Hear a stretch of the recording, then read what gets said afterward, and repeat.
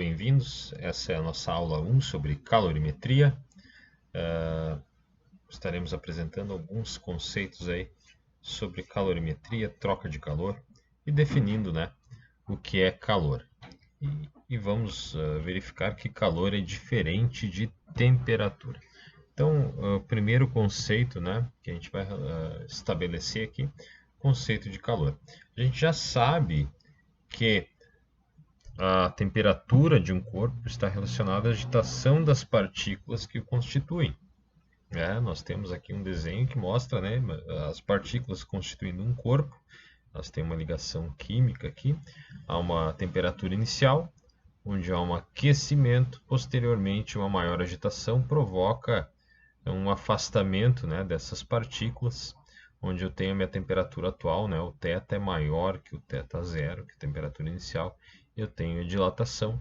A dilatação é algo que nós já estudamos. Maior temperatura, maior agitação, maior energia térmica. Esse termo é muito importante para nós agora, tá? A partir de agora, no estudo da calorimetria, é a energia térmica, tá? Então, conceituando o calor, a gente vai considerar dois corpos A e B, com temperaturas iniciais, θA, θB, sendo que θA é maior que θB, ok? Então, o corpo A ele possui uma temperatura maior que o corpo B, ele está até uma coloração diferente. De início, o corpo A está mais quente, entre aspas, ele tem uma temperatura maior, maior nível de agitação das moléculas, maior energia térmica. Ele tem mais energia térmica que o corpo B. Assim, a energia térmica do corpo A vai passar para o corpo B quando esses dois corpos são colocados em contato um com o outro, Então, isso é uma maneira espontânea que vai acontecer.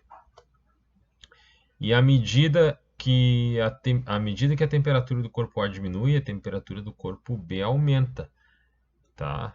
Então, isso aqui, eu colocando o corpo A inicialmente uma temperatura maior do que o corpo B, coloco os dois em contato, enquanto eles estão separados, o corpo A para um lado, o corpo B para o outro, e não há esse contato físico, não há transferência de energia térmica, é uma situação, A outra situação, quando tem os dois corpos, de diferentes temperaturas, ao contato, há uma transferência de energia térmica, e essa transferência de energia térmica, então, que eu dou o nome de calor. E o que acontece quando esse corpo de maior temperatura, maior energia térmica, começa a transferir energia para o corpo B? Ele que inicialmente tinha uma temperatura maior, começa a diminuir a temperatura. O corpo B, que tinha uma temperatura menor, começa a elevar e ganhar temperatura. Então, e até que ponto isso ocorre, até que ponto isso acontece? Até o ponto que os dois estabelecem um equilíbrio térmico. O equilíbrio térmico significa que temperatura de A vai ser igual à temperatura de B, mas vai ser diferente da temperatura inicial dos dois corpos, ok? Então, o fluxo de energia térmica de A para B é interrompido e ambos os corpos ficam à mesma temperatura, a temperatura final. Essa energia transferida de A para B é denominada calor. Então, essa energia térmica em trânsito é o calor. E até que ponto eu tenho calor? Tá? O calor ele existe enquanto eu tiver temperaturas diferentes. Então, calor é energia térmica em trânsito entre corpos e temperaturas diferentes. A partir do momento que eu tenho corpos de temperaturas iguais, eu não tenho mais o calor, eu não tenho mais transferência de energia térmica. Então, a gente vai utilizar, para determinar o calor transferido de A para B, aqui nesse exemplo, foi transferido de A para B, a gente vai utilizar a grandeza de quantidade de calor, que é representada pela letra Q maiúscula. Tá? No sistema internacional, a quantidade de calor, assim como a de energia, é medida em Joule. E aí nós vamos ter algumas conversões também, porque é comum a gente medir a quantidade de calor em caloria ou quilocaloria, tá? Até existe como fazer uma referência, né, daquela quilocaloria ou caloria dos alimentos para a energia que o nosso corpo vai consumir para fazer um determinado trabalho, ok? E algumas conversões aqui, né? Uma caloria equivale a 4,186 joule e uma quilocaloria, né? Nós temos o K aqui, que é um prefixo multiplicador, né, do Sistema Internacional de Unidades, que equivale a 1000, né? Então, uma quilocaloria igual a 1000 calorias. Outro ponto importante que a gente deve definir é o calor sensível e o calor latente. O que que isso difere, né? O que que é diferente do calor sensível e calor latente? Dizemos que um corpo é constituído por uma substância pura. E se todas as moléculas são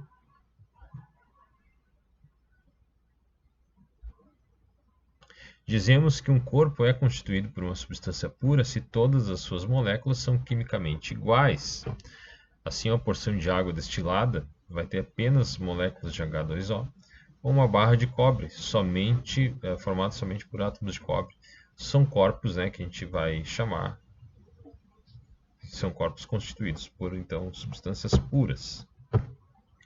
E elas possuem, né, ponto de fusão, quando passa do estado sólido para o líquido, e ponto de ebulição, quando passa do estado líquido para o estado gasoso, e pontos, né, bem definidos e constantes. Na água, por exemplo, eu tenho a passagem do estado sólido para o estado líquido a 0 graus Celsius, e o ponto de ebulição, né, quando passa de líquido para gasoso a 100 graus Celsius. Só que detalhe, isso tudo aqui é válido quando tem uma pressão de uma atm, uma atmosfera. Isso vai mudar quando eu tenho diferentes pressões. Por exemplo, se eu me deslocar até a serra, né, subir para Caxias, Farroupilha, qualquer região que tenha uma altitude maior e uma pressão atmosférica menor, provavelmente, né, vou encontrar o ponto de ebulição entre 96 e 97 graus aí para a água. Isso aqui se dá uma atm a nível do mar, ok? Ao receber ou ceder o calor, o corpo pode sofrer uma mudança, né, uma variação de temperatura ou uma mudança de estado físico. Então, nos corpos constituídos por substâncias puras, esses dois fenômenos, né, os dois efeitos nunca ocorrem simultaneamente. Ou seja, se eu colocar uma panela no fogo com água, né, no fogão, ou eu vou estar alterando temperatura enquanto ele estiver recebendo energia térmica da chama do fogão, ou ele altera o estado físico. Tá? Nunca vai ter mudança de estado físico, mudança de temperatura. Como é que fica mais claro para nós, né? Calor sensível, né? Quantidade de calor que provoca uma variação de temperatura, tá? Ou então a quantidade de calor que provoca uma variação no estado físico. Então esse aqui é o sensível.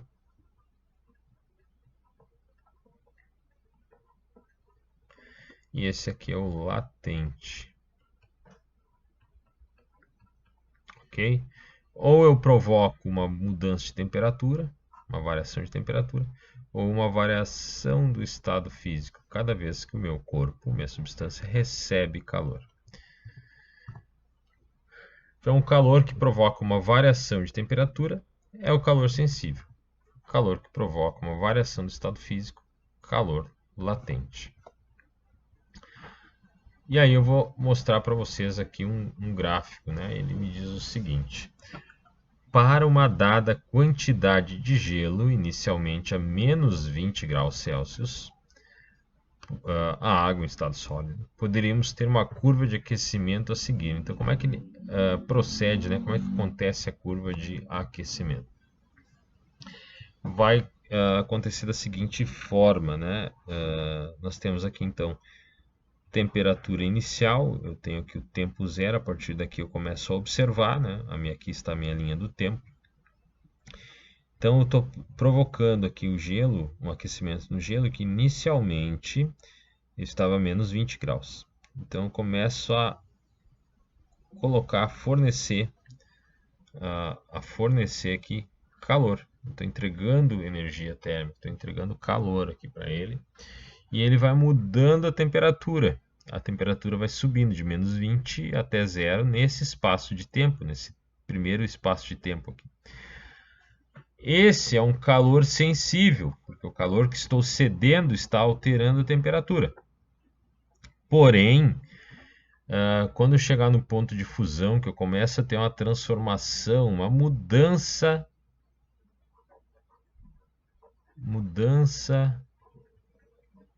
de estado físico, tá? Quando começa a ter uma mudança de estado físico, eu começo a transformar o gelo, que é sólido, em líquido. Enquanto eu não transformar todo o gelo, toda a água que está em estado sólido em líquido, todo o calor que eu ceder aqui, que eu entregar aqui nesse momento, ele vai provocar apenas o estado, a mudança de estado físico. Enquanto coexistirem dois estados físicos, eu não tenho alteração, tá? De temperatura, delta θ, não existe nesse momento, até que todo o gelo seja convertido em líquido e eu continuo fornecendo calor. E aí, então, a partir deste ponto em diante, até aqui, eu vou ter um aquecimento da água. Tá? Então, novamente, eu tenho um calor sensível. Não tenho mudança de fase. Toda a água é líquida agora. Só que eu tenho um aquecimento da água até chegar ao próximo ponto, o ponto de ebulição, que agora vai se dar a vaporização da água. E se eu conseguir conter todo esse vapor, né, no reservatório, eu vou guardar ele para eu poder posteriormente fazer o aquecimento do vapor. Só que eu preciso primeiro transformar toda essa água em vapor.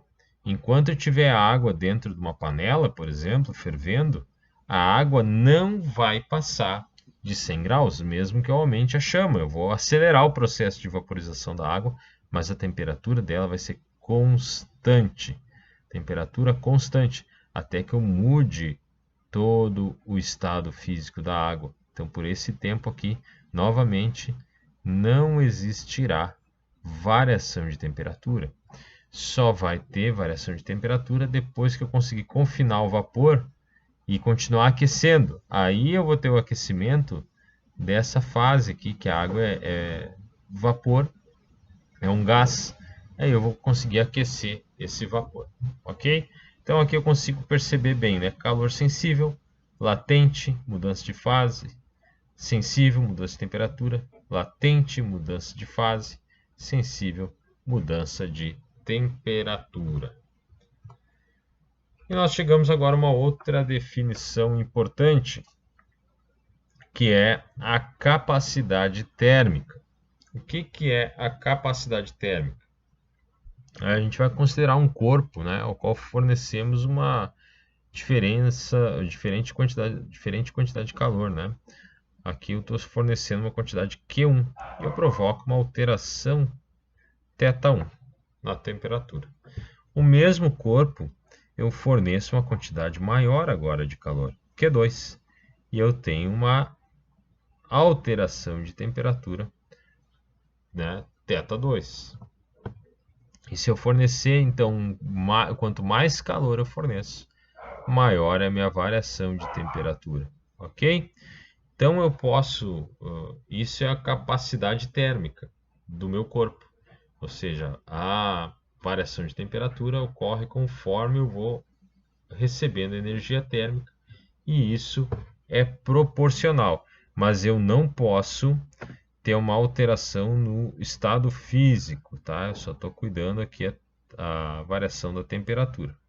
Então, a cada quantidade de calor fornecida corresponde a uma variação de temperatura. Quanto maior a quantidade de calor que eu recebo, né, que eu estou colocando num corpo, maior é a variação de temperatura sofrida por esse corpo. Essa grandeza física, capacidade térmica, está associada então ao corpo e representada pela letra C. Então, capacidade térmica é uma grandeza física associada ao corpo, está representada por C.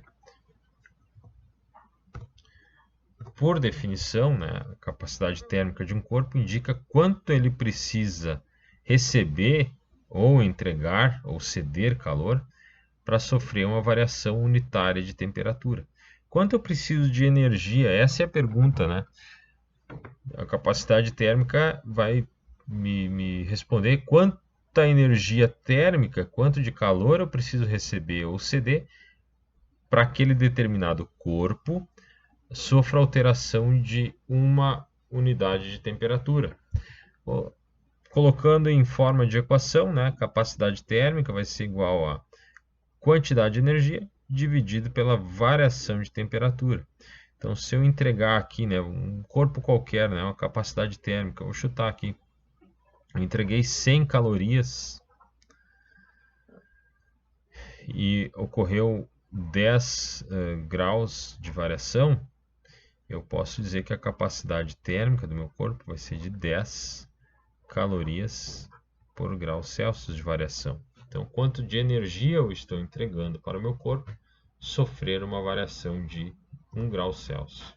Então, nós temos calor em caloria, nós temos aqui variação de temperatura em graus Celsius e a unidade de medida caloria por grau Celsius, tá? Como foi identificado aqui. Um exemplo, né? A gente pode dizer que a capacidade térmica de um corpo é de 20 calorias por grau Celsius. Significa dizer que ele deve receber ou ceder 20 calorias para que essa temperatura aumente ou diminua em 1 grau Celsius. Então, né? Se eu recebo um determinado corpo aqui, recebe 20 calorias de energia, vai ter alteração de 1 grau Celsius. Se ele receber 40, vai alterar 2 graus Celsius. Se receber 60, 3 graus Celsius, porque a capacidade térmica desse corpo é 20 calorias por grau Celsius. A cada 20 calorias ele altera 1 grau Celsius a temperatura do corpo. Vejam que eu estou apenas alterando a temperatura do corpo, não estou tendo variação do estado físico. Então, somente calor sensível. E se eu retirar calor desse corpo? Né? Se eu retirar calor, a sua temperatura vai diminuir. De que forma, né? Supondo, né, que eu tenha aqui 3 graus, né? Se eu retirar 20 calorias e passar para um outro corpo, né? Tirei 20 calorias, ele vai cair para 2 graus. Se eu remover 20 calorias, cai para 1. Tá? Vai ter a variação de 1 grau. Já que a gente conseguiu definir capacidade térmica, C, de um corpo, a gente vai agora esclarecer, falar sobre calor específico, né? Mas do que depende o valor dessa capacidade térmica final? A gente pode imaginar o seguinte, duas panelas iguais, com uma determinada quantidade de água, são colocadas sobre o fogão, né? E recebem a mesma quantidade de calor, ou seja, eles estão em chamas iguais, tá? Se eu tenho duas panelas iguais, mesma chama, mesma quantidade de calor, e eu tenho a mesma quantidade de água, as duas quantidades, os dois corpos, né, eles terão a mesma capacidade térmica e vão ter a mesma variação de temperatura. Porém, se uma das panelas eu acrescentar uma quantidade maior de água, logo eu vou ter uma capacidade térmica maior, porque eu tenho um volume, eu tenho mais massa para fazer o aquecimento daquela substância. Eu tenho uma maior quantidade e eu preciso de maior energia térmica. Então a gente vai considerar, né, a água para fazer essa análise, tá? Vamos considerar corpos aqui com massas diferentes. Então eu vou ter aqui, ó, 3 corpos. Massa 1. E ele vai ter uma capacidade térmica C1. A massa 2, uma quantidade maior de massa em relação à massa 1, tem uma capacidade térmica C2. E assim, a massa maior ainda, a massa 3, vai ter uma capacidade térmica 3. Sendo que as 3 massas podem ser da mesma substância. Essa massa aqui, para eu provocar a variação de 1 grau, né, a variação de temperatura for 1 grau, eu vou ter que entregar uma quantidade de calor. A quantidade de calor em 3 vai ter que ser maior do que a quantidade de calor em 2, que é maior que a quantidade de calor em 1. Tá? Porque eu tenho muito mais massa. A maior massa vai precisar de maior quantidade de energia térmica para provocar mudança da temperatura. Aqui eu vou conseguir fazer uma mudança de temperatura com uma quantidade menor de calor. Tá? Podemos perceber que para provocar a mesma variação de temperatura nesses corpos, o corpo de maior massa deverá receber maior quantidade de calor. É como foi colocado aqui, né? Bom, logo a gente consegue concluir então que a capacidade térmica é diretamente proporcional à massa do meu corpo. E a gente pode escrever da seguinte forma: capacidade térmica é igual a massa vezes uma constante de proporcionalidade. E essa constante aqui, ela vai depender do quê? Ela depende da substância. Depende da substância, do que está constituído o meu corpo. Isso aqui então é uma propriedade, tá? É uma constante de proporcionalidade inerente à propriedade da substância. Essa constante, né, que representamos por um C minúsculo, enquanto a capacidade térmica aqui é C maiúsculo. Deixa eu apagar aqui para não atrapalhar.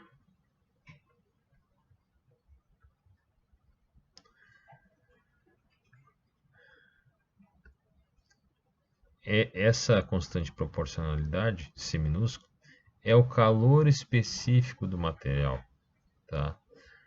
Então, está ligado ao material que o corpo é constituído. Então, eu vou ter isso aqui, onde é o meu coeficiente, né, minha constante de proporcionalidade é caloria por grama vezes graus Celsius, massa em grama. E aí eu vou ter aqui capacidade térmica, caloria por grau Celsius. É só a gente fazendo aqui a simplificação, né, imaginando que caloria por grau Celsius é igual a grama vezes, né, caloria por grama grau Celsius. Simplificando aqui grama com grama, sobrou caloria por grau Celsius. Então, o calor específico de um material indica a quantidade de calor que uma massa unitária, ou seja, quanto de energia, quanto de calor que eu preciso para elevar em 1 grau 1 grama desse material, tá? Então, quanto eu vou receber de calor para que essa unidade de massa sofra uma variação de uma unidade de temperatura. Pode ser tanto receber calor quanto ceder calor. Eu posso dizer, por exemplo, que o calor específico da água líquida é 1 grama, uma caloria por grama grau Celsius. Ou que o do ferro é 0,1 caloria grama grau Celsius. Analisando isso, o que significa, né?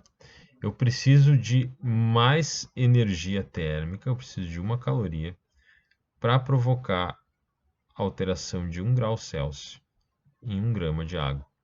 Já o ferro, que tem um calor específico menor, ele precisa de 1/10 de calor do que a água precisa.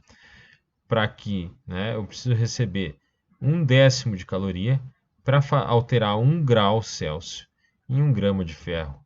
Então, o calor específico do ferro é 10 vezes menor que o calor específico da água. E aqui, né, o texto está nos dizendo, a água deve receber 10 vezes mais calor do que o ferro. Nós chegamos aqui agora na parte que a gente vai definir, né, a equação fundamental da calorimetria. Nós tínhamos antes ali, lá de início, mostrado para vocês que a capacidade térmica é igual à quantidade de energia por unidade de temperatura. Ótimo, beleza. Posso isolar aqui o Q, né? Vou deixar o Q em um lado da equação, um lado do sinal de igualdade. Passo para o outro lado aqui a variação de temperatura e encontro a equação aqui chamada de equação 1. Nós também conseguimos definir, né, calor específico, dado capacidade térmica igual a massa vezes calor específico. E aqui nós temos a equação 2. Se eu pegar agora esse C aqui, né, ser representado por isso aqui, afinal de contas nós temos um sinal de igualdade, e eu deslocar esse conjunto aqui, massa vezes calor específico, para cá, a gente vai encontrar, né, ó, vou colocar aqui, ó, tá? Esse C eu vou colocar aqui, a gente vai chegar na equação fundamental da calorimetria, onde calor é igual a massa vezes calor específico vezes variação da temperatura. Com essa equação aqui, essa equação muito importante, a gente vai conseguir resolver muito problema de calorimetria. Nós vamos ter aqui o calor Q dado por calorias, massa por grama, calor específico, caloria, grama vezes graus Celsius, e a variação de temperatura em graus Celsius. Essa é a equação fundamental da calorimetria. E agora a gente pode fazer uma análise do sinal da quantidade de calor. A massa é uma grandeza sempre positiva, não consigo não existir massa, né? Aqui é uma grandeza positiva, é um coeficiente de proporcionalidade. Já a variação da temperatura, eu posso ter ganho temperatura ou perdido temperatura. E isso aqui vai ter uma alteração de sinal. Horas vai ser positivo, horas negativo.